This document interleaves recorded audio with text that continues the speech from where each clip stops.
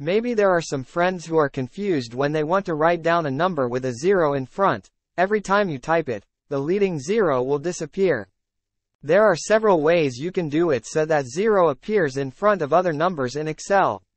One way is before writing zeros at the beginning of other numbers. Friends, first type an apostrophe. After that type zeros and other numbers, then enter friends, then the zeros will still appear in front.